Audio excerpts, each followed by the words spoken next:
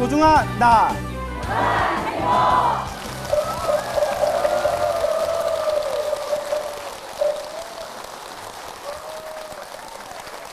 예, 만나서 반갑습니다. 박수, 이제 박수가 멈춰도 될 것 같아요. 이렇게 열렬하게 환영해 주셔서 너무나 감사드립니다. 자, 그동안 스튜디오에서 계속 촬영을 하다가 오늘 분위기가 확 바뀌었죠? 자, 여기가 어딜까요? 범어사입니다. 그래서 불심의 고장, 우리 한국불교의 불심을 자랑하는 우리 부산의 금정산 선찰 대본산 범어사에서 이제 추석을 맞이해서 이제 추석의 특집으로 우리가 소중한 나 무한행복 공개 방송을 진행하게 되었습니다. 다시 한번 반갑습니다. 자, 이렇게 이 아름답고 또 이 훌륭한 우리 부처님 한국불교의 성지인 이 금정산 범어사에서 여러분들과 만날 수 있다는 것에 대해서 제가 너무나 영광으로 생각을 합니다. 그래서 이 자리에 또 초대해 주신 우리 범어사 주지 스님, 그리고 범어사의 소임자 스님들 너무나 감사드리고, 또 실질적으로 이 자리를 마련해 주신 우리 범어사 포교사회 포교사분들 너무너무 감사드립니다. 그리고 제일 감사드리고 싶은 거는 이 자리에 오신 우리 불자님들 너무너무 반갑고 고맙습니다. 자, 그래서 저기 박수가 계속 나오면 진행이 어려울 것 같아요. 그래서 이제 마음으로 받겠습니다. 그래서 오늘 여러분들에게 재미난 이야기 들려드리고 싶어서 제가 묵혀두었던 이야기가 있어요. 나중에 큰 자리에서 내가 이제 사람들한테 이야기해줘야 되겠다 해서 묵혀놓은 재미난 이야기가 있는데, 오늘 그걸 범어사에서 제가 썰을 풀도록 하겠습니다.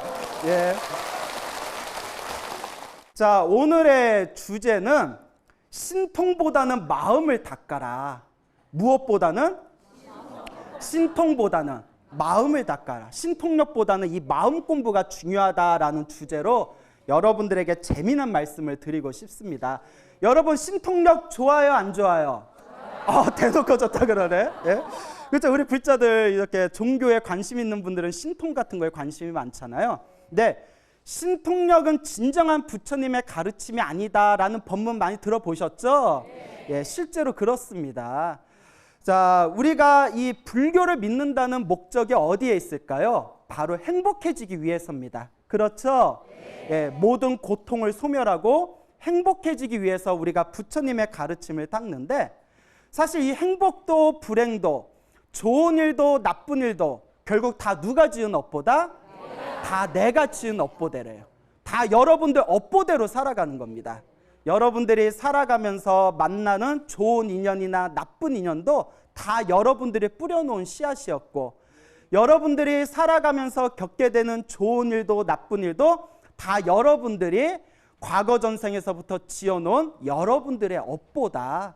그래서 우리 부처님께서 항상 하시는 말씀이 항상 선업을 지어라.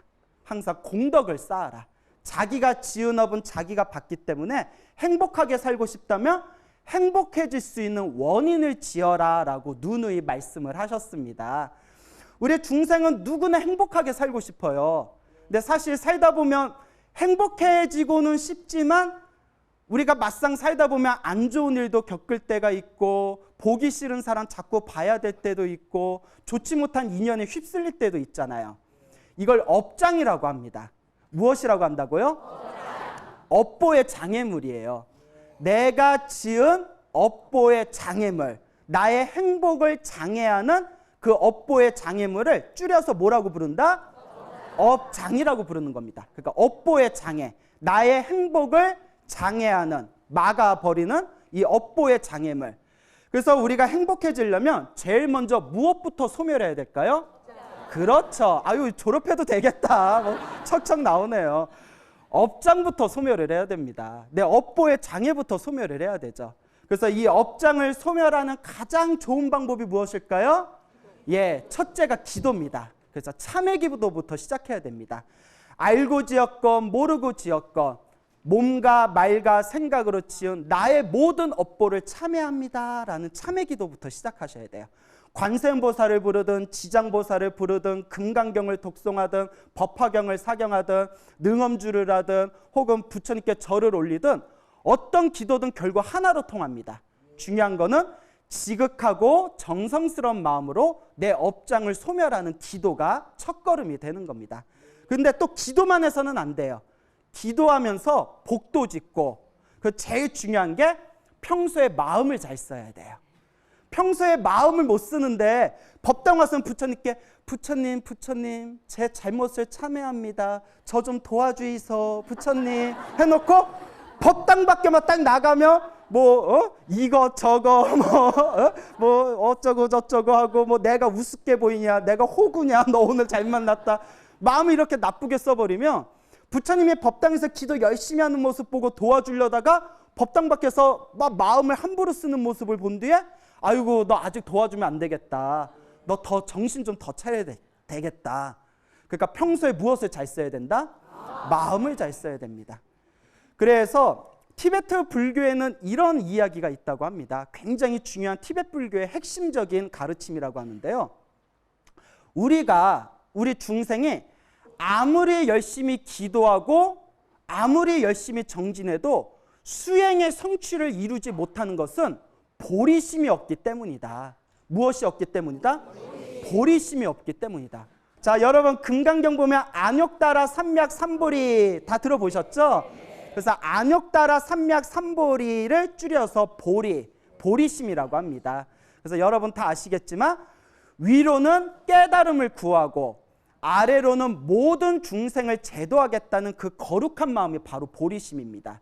이 보리심이 없으면 아무리 기도를 하고 아무리 수행을 해도 성취가 빨리 찾아온다, 찾아오지 않는다? 찾아오지 않는데요. 그래서 이 보리심의 뿌리는 자비심이라고 합니다. 무슨 심? 자비심. 모든 중생을 제도하고 모든 중생을 위한, 모든 중생을 향한 이 연민의 마음이 바로 자비심이죠. 그러니까 여러분들도 기도할 때 선생님 저 기도 아무리 열심히 해도 효과가 없어요 하는 분들은 한번 고민해 보세요.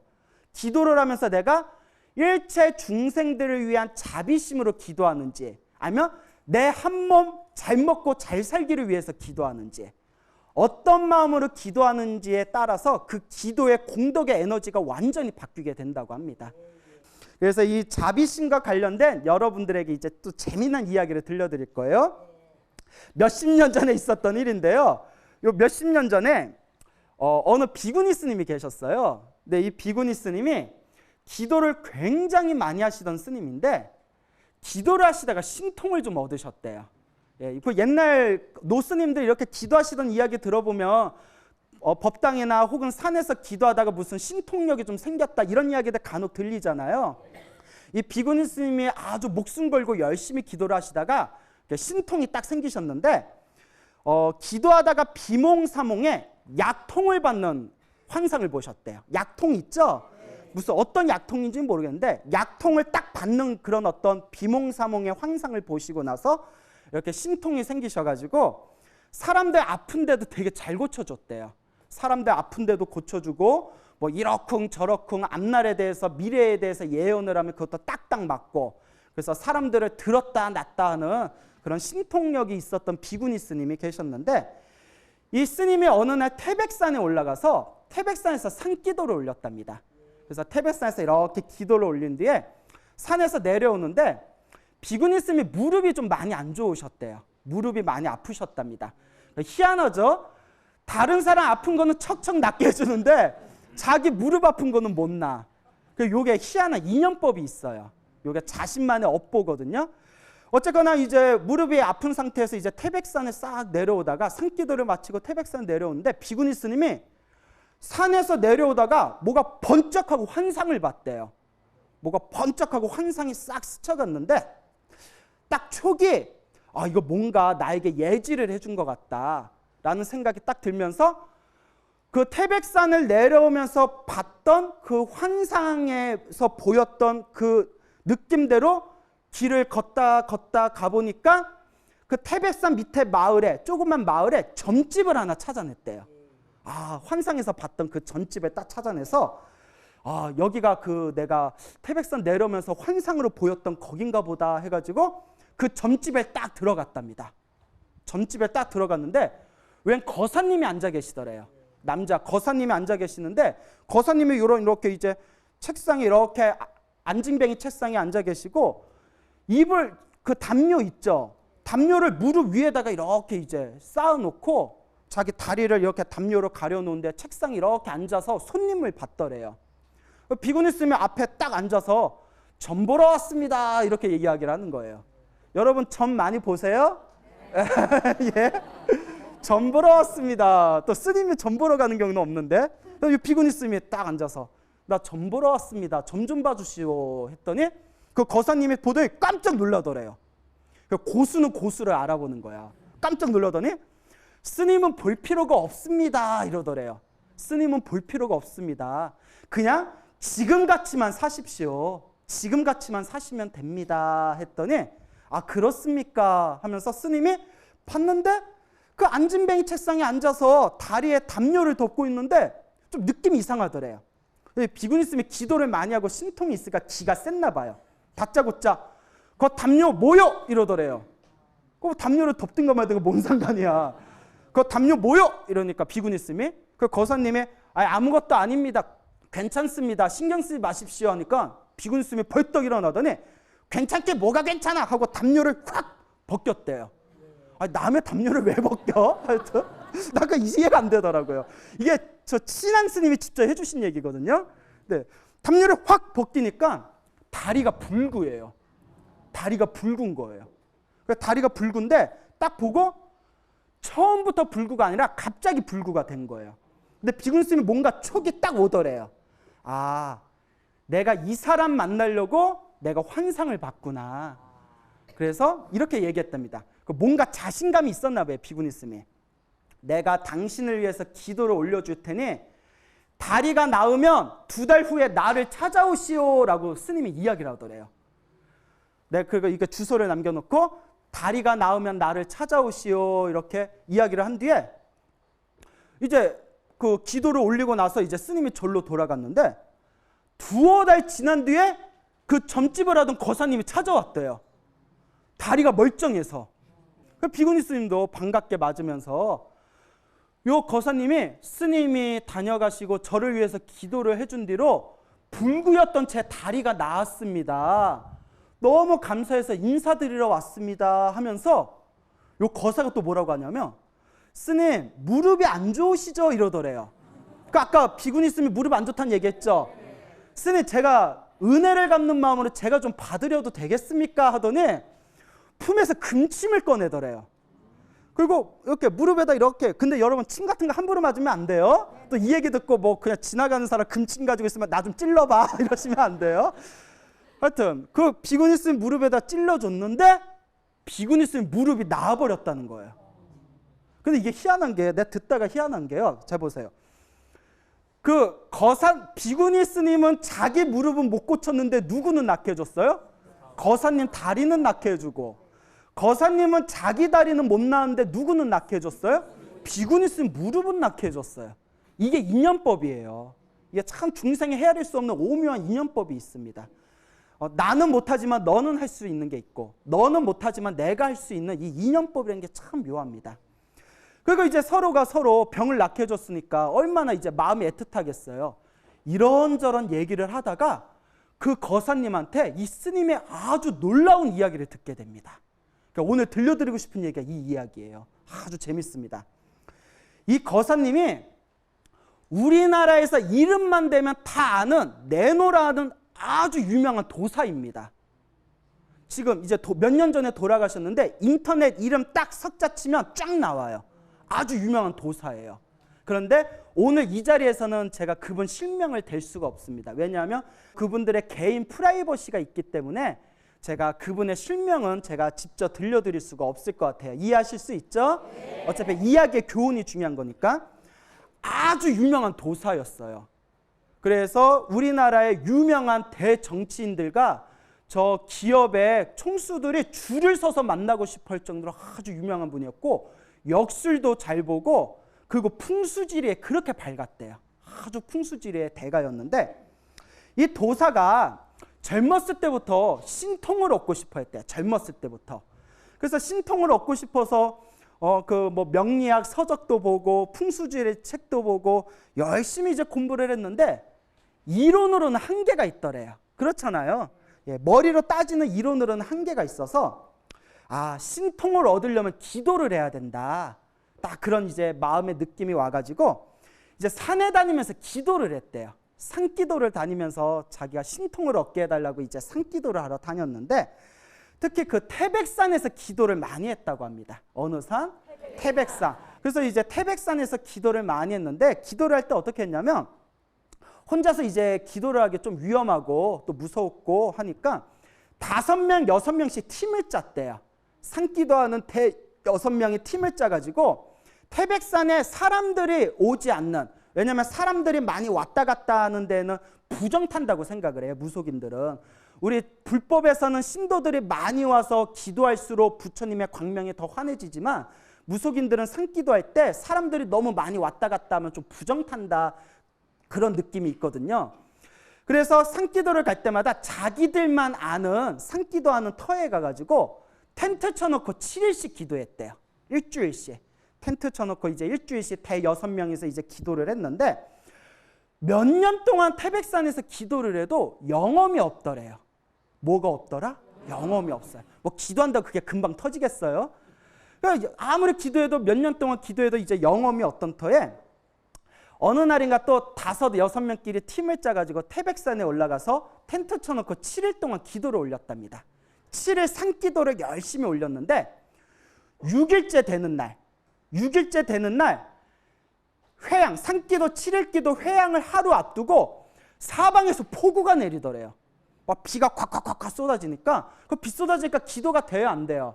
안 되죠. 천막 쳐놓고 그냥 기도하는 데인데 그 비가 막 쫄딱 맞으면서 아유, 올해도 7일 기도 하루 남겨놓고 비 쏟아지는 거 봤더니 올해도 공쳤구나, 올해 기도도 공쳤구나라고 푸념이 나오더랍니다.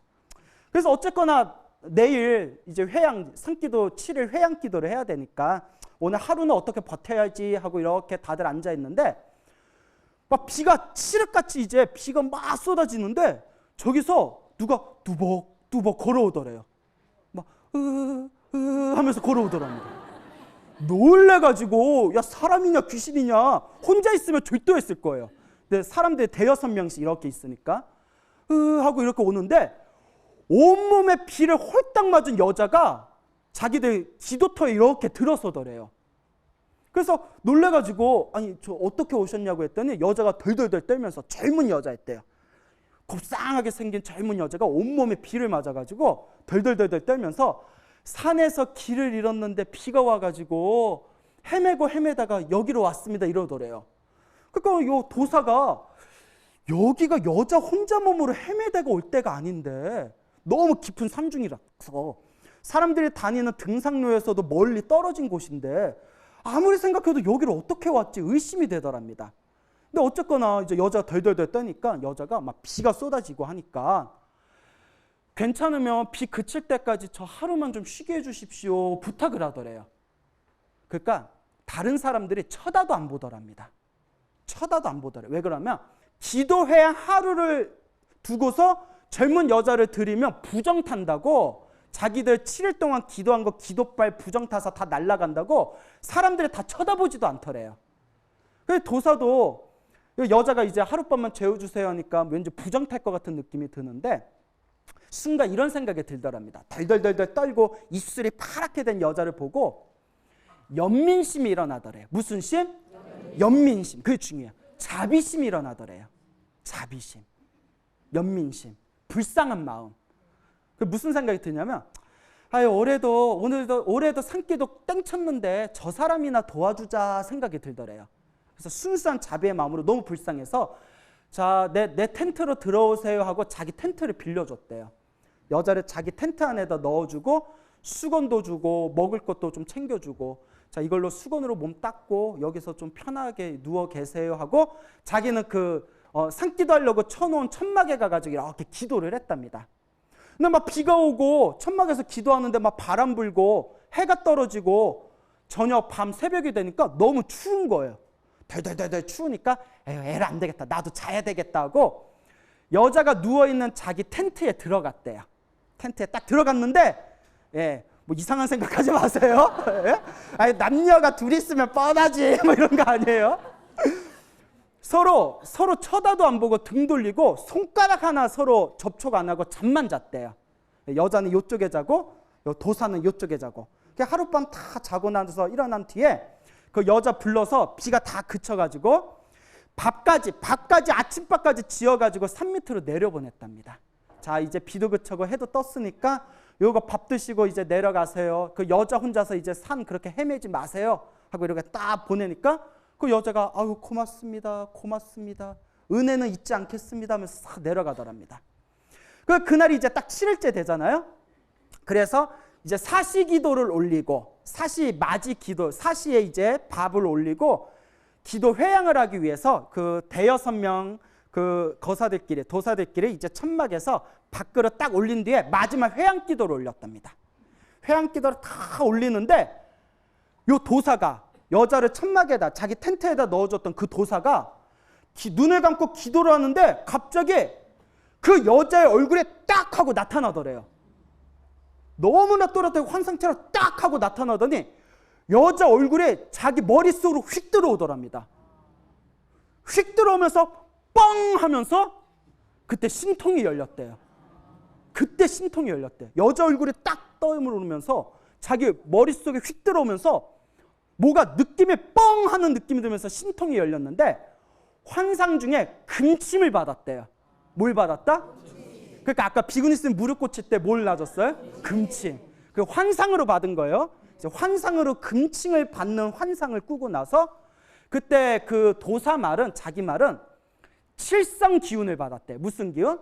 칠성 기운. 뭐 그 도사 말이 칠성 신통을 받았답니다. 그래서 이런 생각이 들어요. 그분이 오로지 부처님과 보살님을 믿고 정법대로 불보살 기도를 했으면 누구 기운을 받았겠어요? 불보살, 부처님의 거룩한 기운을 받았을 텐데 신통 얻고 싶다는 산기도를 해서 아마 그런 신기운을 받은 것 같아요. 하여튼 칠성 신통을 딱 얻었다고 하는데 그 뒤로 사람을 보면 어디가 아픈지가 다 보이더랍니다. 어디가 아픈지 다 보니까 거기다가 침만 놔주면 자기가 금침을 하나 구해서 환상에서 금침 받는 꿈을 꿨잖아요. 침만 놔주면 십중팔구가 다 낫더래요. 그리고 땅을 보면 땅에 흐르는 기운이 보이더래요. 저기가 명당, 저기가 흉당하고 다 보이더랍니다. 그래가지고 우리나라에서 내노다라 하는 엄청난 유명한 도사가 됩니다. 그 사람 한번 만나려고 수많은 사람들이 줄을 섰대요. 나중에는 아무나 안 만나줬대요. 정말 막 저쪽 정치계 거물들이 모셔가고 막 저기 대기업에서 총수가 뭐 모셔가고 그러니까 이름만 인터넷에서 이름 치면 다 알만한 분이에요. 예? 자, 궁금하시죠? 네. 예. 안 가르쳐 줄래? 개인 프라이버시가 있잖아요. 자, 예.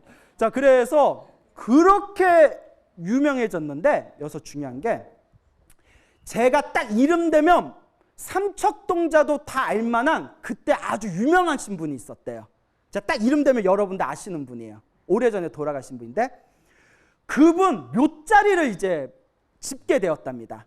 그래서 수많은 명당가들이 명당을 보는 수많은 풍수가들이 이제 그 유명한 사람 이제 그 묘자리 명당을 서로 이제 지어주기 위해서 막 경쟁을 벌였는데 이 도사가 제일 유명하니까 이 도사가 저기가 명당입니다 하고 거기다 묘자리를 짚어줬대요. 아주 유명한 사람 묘자리를 딱 짚어줬는데 앞불사 나중에 봤더니 거기가 흉당이었대요. 근데 이분이 미치고 팔짝 뛰겠더래요. 이 비구니스한테 뭐라고 하냐면 그때 아무리 봐도 명당이었는데 묘자리 다 이장하고 나서 장례식 다 치르고 묘자리 다 만들고 나서 시간 지나고 다시 봤더니 흉당이었다는 거예요. 그때 자기가 뭐가 쉬었대요. 저 흉당을 왜 내가 명당으로 봤을까? 미치고 팔짝 뛰겠더래요. 그리고 그 묘자리를 잘못 잡아주고 나서 갑자기 다리가 불구가 됐대요. 무슨 말인지 알겠죠? 참 무서운 얘기예요. 아무리 신통이 뛰어나도 자기 업을 어떻게 할 수 있다 없다? 없습니다. 자기 업보를 바꿀 수가 없어요. 신통이 대단한 게 아니에요. 아무리 신통이 뛰어나도 뭐 하나가 잘못 쉬어버리니까 명당이 흉당이 명당으로 보이고 아무리 신통이 뛰어나도 그거 자리 한번 잘못 짚어주고 말 한마디 잘못했더니 바로 징벌을 받잖아요. 이런 거는 무속인들이 더 잘 알아요. 무속인들이 그런 말이에요. 신벌 받는다는 표현이 있대요. 다리가 불구가 된 거예요. 그래서 다 놓아버리고 태백산 밑에 마을에 조그만 전집 하나 차려놓고 은거를 하고 있었답니다. 무슨 말인지 알겠습니까? 그때 비구니 스님이 찾아온 거였어요. 근데 비구니 스님이 찾아간 거는 뭐 때문에 찾아갔죠? 태백산 내려오다가 환상을 봤잖아요. 그러니까 이게 서로 어떤 인연법이 있었던 거예요. 그래서 서로가 서로 그렇게 병을 고쳐주면서 그 도사님이 그 비구니 스님에게 자기가 겪었던 그 이야기를 그대로 속 시원하게 솔직하게 고백을 하더랍니다. 그래서 그 비구니 스님 밑에서 공부를 열심히 하셨던 스님이 그 비구니 스님에게 직접 들은 이야기를 하면서 저한테 이야기해 주신 거예요. 예. 그래서 오늘 이렇게 소나무에서 썰을 풀 수가 있는 겁니다. 예? 제가 말 안 했으면 이 이야기 묻혔을 거 아니에요? 자, 그리고 이 도사가 한번 그렇게 크게 한번 된통 당하고 나니까 마음이 바뀌어 버려요. 여러분, 인생을 살아가면서 어떤 역경이나 힘들고 괴로운 일을 닥쳤을 때 아유, 부처님은 영험도 없다. 내가 그렇게 열심히 불공 올렸는데 나 이런 것도 안 도와주냐? 이런 생각 품지 마세요. 왜냐? 오히려 그런 역경을 통해서 내가 더 진보할 수가 있고 내가 더 발전할 수가 있고 내 수행이 더 앞으로 나아갈 수가 있는 겁니다. 요 도사님이 처음에 신통을 얻었을 때는 세상에 무서울 게 없이 살았대요. 세상에 무서울 거 없이 그 기세가 하늘을 찌르면서 살았는데 한번 크게 당하니까 마음이 확 바뀐 거예요. 그리고 항상 제자나 주변 분들한테 이런 얘기를 하더랍니다. 도사가. 운명을 바꾸는 법은 사주팔자도 아니고 명당도 아니다. 운명을 바꾸는 법은 적선이다. 따라해보세요. 적선. 예, 쌓을 적자에 착할 선자. 선업을 쌓는 것이다. 그러니까 우리 불교식대로 말하면 복 짓고 선업 짓고 공덕 쌓는 거. 그분이 마지막에 얻은 결론이에요. 신통이 뛰어났던 그 마지막 거사의 결론이 야, 운명 바꾸는 거 사주팔자도 필요 없다. 명당도 필요 없다. 뭐가 최고더라? 적선. 착한 일을 많이 하는 게 최고다. 그래서 말년에 돌아가시기 전까지 온몸에다 주머니에다 돈을 다 이렇게 집어넣고 길 가다가 불쌍한 사람들 있으면 돈을 막 퍼줬대요. 그래서 사람들이 이 돈을 왜 저한테 주세요? 아닙니다. 제가 나중에 써야 될 거 저축하고 있는 겁니다. 그렇게 적선을 하면서 마지막 말년을 보내셨다는 그 신통력을 얻은 거사의 이야기가 있습니다. 여러분들도 이렇게 인생을 사다 보면 가끔 답답한 일이 있으면 스님들한테 법문 들을 때는 그 점 같은 거 볼 필요 없습니다. 아유, 사주팔자 기도하는 게 최고입니다 해놓고도 야, 어디 용화돼 하면 야, 가자. 아, 스님이 가지 말랬잖아. 야, 주지스님한테 비밀이지. 아마추어 같이 왜 그래? 가자. 예? 이런 거 있어요, 없어요? 아유, 또 있다 그러네. 예? 예? 그래서 제가 그래요. 심심풀이로 가는 건 괜찮다. 뭐 하는 건 괜찮다? 예, 뭐 그것까지 어떻게 맞겠어요. 단 그것에 집착하지는 말아라. 결국 운명을 바꾸는 가장 최고의 방법은 무엇이다? 예, 공덕을 쌓는 거예요. 부처님 법대로 하면 공덕을 쌓는 거. 쌓고 쌓은 공덕이 결국 누구에게 돌아올까요? 자기 자신한테 돌아오는 겁니다. 그러면 사람들이 왜 이렇게 신통을 좋아하고 점치는 걸 좋아하고 명당을 좋아하고 뭔가 자신의 운명에 대해서 이렇게 한마디씩 해주는 걸 왜 좋아하느냐? 그게 재미가 있거든요. 뭐가 있다? 재미가 있어요. 큰 스님들 법문에 올라오셔가지고 이도리를 아느냐 이러면서 좋은 법문 해줘도 머리로는 좋은 건 알겠는데 마음으로는 재미가 없어. 근데 이제 용하다는 사람 가서 아, 이거 뭐 남편이 어떻고 자식이 어떻고 뭐가 어떻고 이러면 재미가 설설하잖아요. 이게 사실 중생의 욕망이거든요. 진정한 불자라면 욕망으로 생기는 재미를 내려놓을 수가 있어야 됩니다. 그 아까 신통력 있었다는 그 비구니 스님 이야기 드렸죠. 이 비구니 스님이 굉장히 대단하셨던 분이래요. 아주 대단하셨던 분이라는데 사람을 막 들었다 놨다 아주 기운이 굉장했대요. 그래서 저랑 굉장히 친하게 지내시는 스님인데 이 스님이 출가하기 전에 무슨 인연이 있어가지고 20대 초반에 그 비구니 스님 절에서 기도 수행을 했답니다. 그 비구니스 밑에서 수행을 했는데 내가 물어봤어요. 그 비구니스님이 정말 그렇게 대단했어요? 잘 봤어요? 내가 옆에서 지켜봤는데 대단했다고. 사람도 딱딱 맞추더라고. 또 이런 얘기 들으면 또 어디 찾아갈까 봐 걱정이다. 자, 끝까지 들으셔야 돼요. 자, 오늘의 주제가 신통보다는 뭘 해라? 마음을 닦아라. 이거 놓치시면 안 돼요. 비구니스는 엄청 대단했는데 저랑 친했던 그 스님이 요 비구니스님 밑에서 출가하기 전에 20대 초반 때 기도를 할 때 처음에 천지파령 신주경을 기도했대요. 다 들어보셨죠? 천지파령 신주경 보면 그런 얘기 나오잖아요. 이거 붓두막에서 외우면 누가 도와주고 불보살이 도와주고 하루에 7번을 하면 신장들이 도와주고 읽어보셨나요? 그런 내용 쫙 나오잖아요. 그거 보면 얼마나 신기해요. 그래서 이 스님이 하루에 천지파령 신주경을 7번씩 외웠대요. 몇 번씩? 7번씩 외우는데 처음에 7번 외울 때 한 3시간 걸리더래요. 3시간 정도를 다 무릎 꿇고 3시간을 열심히 외웠는데 외우면 외울수록 재미가 있더래요. 이걸 외우면 나를 도와주시고 신장님들이 나를 보호해 주시고 부처님이 소원을 성취해 주시고 괜히 기분이 좋더래요. 아싸, 이거 하루에 7번씩 100일 기도하면 나도 뭐가 뻥 하고 나오겠지? 매일매일 7번을 읽다 보니까 나중에는 2시간 안에 다 읽더래요. 그래서 2시간 안에 읽고 1시간 반 만에도 읽고 점점 입이 빨라지니까 계속 읽고 읽는데 하루는 법당에서 천지파령 신주경을 읽고 있을 때 비구니스님이 꿈을 꾸셨대요. 저어서 이제 천지파령 신주경을 읽고 있으니까 비구니스님이 이렇게 그때 낮잠을 좀 주무셨나 봐요. 낮잠을 주무시고 있는데 꿈을 꾸셨는데 웬 산신령같이 생기신 분이 나타나더래요. 우리가 태화에 보면 산신령 있잖아요. 산신령처럼 생긴 분이 나타나더니 비구니스님이 이렇게 깨우더래요. 야, 일어나봐.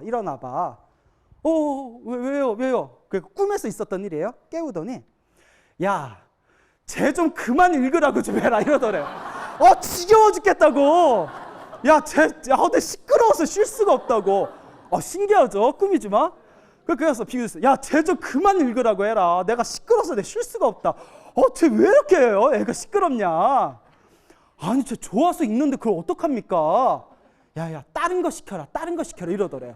다른 거 시켜라. 뭘 시킬까요? 했더니 금강경을 읽게 하라 이러더래요. 금강경을 읽게 하라.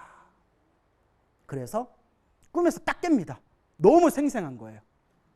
그래서 이제 밥 먹을 때 이제 스님을 부릅니다. 그래서 비구니 스님이 야, 너 이제부터 천지파령 신주경 그만 읽고 뭐 읽어라?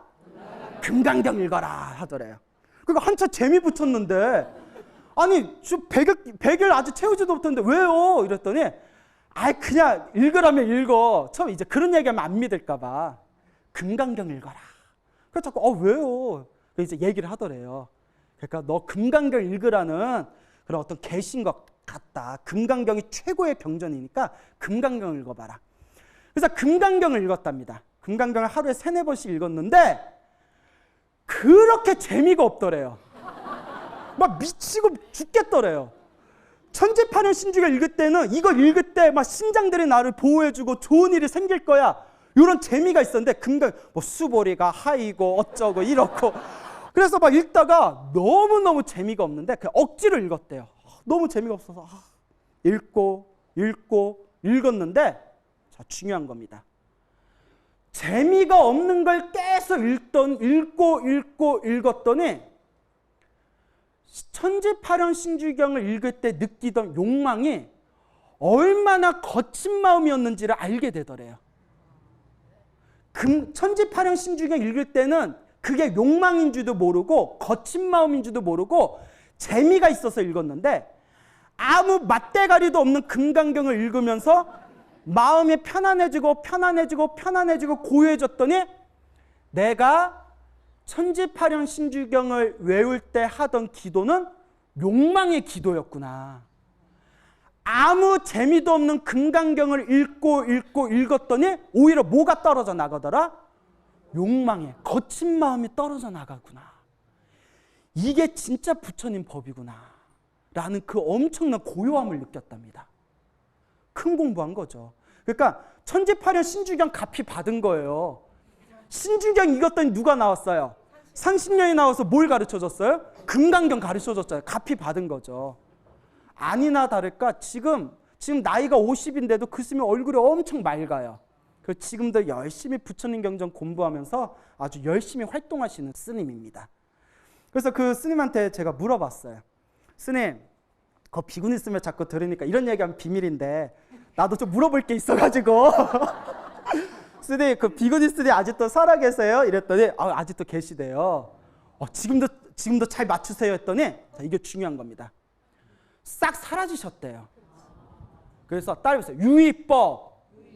다시 한번 유의법. 신통은 유의법이에요. 무슨 법? 유의법이 뭐냐? 조작된 법이란 뜻이에요. 조작된 법. 조작된 건 나중에 어떻게 될까요? 흩어지고 사라져요. 그래서 금강경에 나오죠. 일체유의법, 여몽황포영 나오죠. 모든 유의법, 모든 조작된 법은 뭐라고 여겨라? 꿈과 같고 환상과 같고 헛개비와 같고 번개불이 번쩍이는 불빛과 같고 아지랭을 같이 봐라. 조작된 법은 영원하다, 영원하지 않다. 신통은 무슨 법이다? 유의법이에요.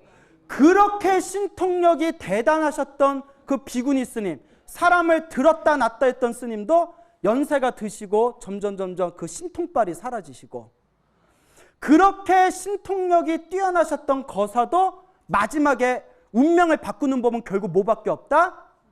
적선, 공덕을 쌓는 밖에 없다. 그래서 신통보다 무엇이 더 뛰어나다? 이 마음 공부가 제일 중요한 겁니다. 그래서 그 신통력이 있었다는 비구니 스님이 두고두고 항상 그런 말씀을 하셨대요. 야, 신통은 필요가 없다. 신통은 의미가 없다. 마음 공부가 최고다. 마음 수행이 최고다라고 항상 귀가 따갑도록 이야기하시더래요. 이것도 신통력을 얻어본 사람만이 자신 있게 얘기할 수 있는 거예요. 신통은 의미가 있더라 없더라? 의미가 없더라. 무엇이 가장 중요하더라? 이 마음 수행이 가장 중요하더라. 이 마음 공부가 가장 중요하더라.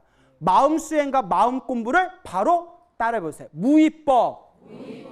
아까 말한 유의법의 반대말이에요. 다시 한번. 무의법. 조작이 있다 없다? 조작이 없이 영원한 깨달음의 경지가 바로 무의법입니다. 여러분, 그러면 마음 닦는 수행의 가장 완벽한 방법을 가르쳐 주신 분이 바로 누굴까요?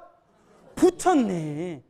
적선, 착한 일을 하는 법, 착한 일을 쌓는 법을 가장 완벽하게 가르쳐 주신 분이 바로 누구죠? 부처님. 부처님의 법이야말로 복을 짓고 선업을 쌓고 공덕을 쌓는 최고의 방법이고, 부처님의 가르침만이 마음법을 닦는 최고의 길이다.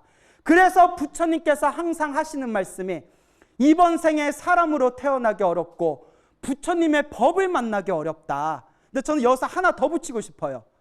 이번 생에 사람으로 태어나기 어렵고 이번 생에 부처님의 법을 만나기도 어렵지만 이번 생에 범어사 신도 되기도 참으로 어렵다. 예? 이건 빈말이 아닙니다. 우리나라 화엄 10차례 하나이고 또한 우리나라를 가장 대표하는 최고 도량 중에 하나인 이 천하의 성지인 이 범어사의 신도가 돼서 부처님의 마음 닦는 법을 우리가 수행할 수 있다면 우리가 과거 전생에 얼마나 복을 많이 지은 거겠습니까? 여러분 믿습니까? 네. 예, 그래서 믿음을 꼭 가지시길 바랍니다. 자, 그래서 이와 같이 여러분들에게 꼭 당부드리고 싶은 게 신비한 거 찾지 마세요. 신기한 거 찾지 마시고 묘하고 용한 거 찾지 마세요. 모든 진정한 진실, 진정한 진리는 어디 안에 있다? 예, 우리 마음 안에 있습니다. 이 마음 공부만이 우리 중생이 선택해야 할 가장 최고의 길이라는 것을 꼭 명심하시기 바랍니다. 알겠죠? 예. 자, 그래서 여러분들 우리가 이렇게 마음 닦는 법, 이 복을 짓는 게 굉장히 중요하다고 했죠? 그래서 불교에서는 큰 복을 쌓는 것 중 하나가 무차법회라고 있어요. 무슨 법회가 있다고요? 부처님의 법회를 크게 일으키면서 아무 차별 없이 신분이의 차별이나 잘 살고 못 사는 차별 없이 차별 없이 법회에 다들 모여서 부처님의 법을 드날리는 이 공덕이 가장 뛰어난 공덕 중에 하나라고 했습니다. 그래서 법공양의 하나의 확장된 형태라고 보시면 되는데 우리가 10월 20날 언제요? 10월 20날 우리가 여 부산에서 불교 문화 대축제를 봉행한다고 합니다. 불교 문화 대축제를 봉행하면서 불자 목표 인원이 10만 명. 몇 명? 10만 명. 역대 한국 불교 역사에서 10만 명을 모으는 법회를 진행하는 경우가 굉장히 드뭅니다. 그래서 전국에 있는 수많은 불자들이 이제 여기 10월 20날 언제요? 9월 20날 이러시면 안 돼요. 10월 20날 2시에 이 불교 문화 대축제를 거행하게 되는데 어디서 하죠? 시민공원에서. 다들 이미 알고 계셨네요. 시민공원에서 우리 1000명의 스님들이 모이신답니다. 몇 명? 1000명의 스님. 정말 무차 법회예요. 전국의 기라상 같은 대덕스님들 1000명이 오시고 1000명이 오니 우리 불자는 몇 명 와야 된다? 10만 명. 만약에 10만 명 안 모이면 나 승복 벗어야 돼. 자존심이 상해서 살 수가 없어요. 오실 거예요, 안 오실 거예요? 당연히 와야죠. 자, 이 거대한 행사 속에서 1000명의 스님이 오시고 또 진실사리를 챙겨난답니다. 건본사 진실사리를 실제로 챙겨나는 기회가 있고요. 이와 같이 엄청나게 큰 법회를 거행하는데 그 중심이 범어사라고 합니다. 정말 이 범어사의 크나큰 원력에 대해서 제가 정말 다시 한번 감탄하지 않을 수가 없습니다. 그러니까 우리 불자 여러분 언제요? 10월 20날 2시에 시민공원에 꼭 다들 모이시길 바랍니다. 알겠죠? 네. 자, 여러분 다시 한번 강조드리겠습니다. 우리가 운명을 바꾸는 법은 하나밖에 없습니다. 기도하고 복짓고 마음을 잘 쓰는 거. 그래서 항상 명심하시고 여러분들의 삶을 아름답게 변화시켜 나가시길 바랍니다. 여러분 행복해지고 싶습니까? 네. 행복한 삶을 창조하고 싶습니까? 네. 복을 지으십시오. 선업을 지으십시오. 공덕을 쌓으십시오. 복과 선업과 공덕의 힘이 여러분들을 진정한 행복의 길로 이끌어 줄 것입니다. 오늘 마치겠습니다. 소중한 나!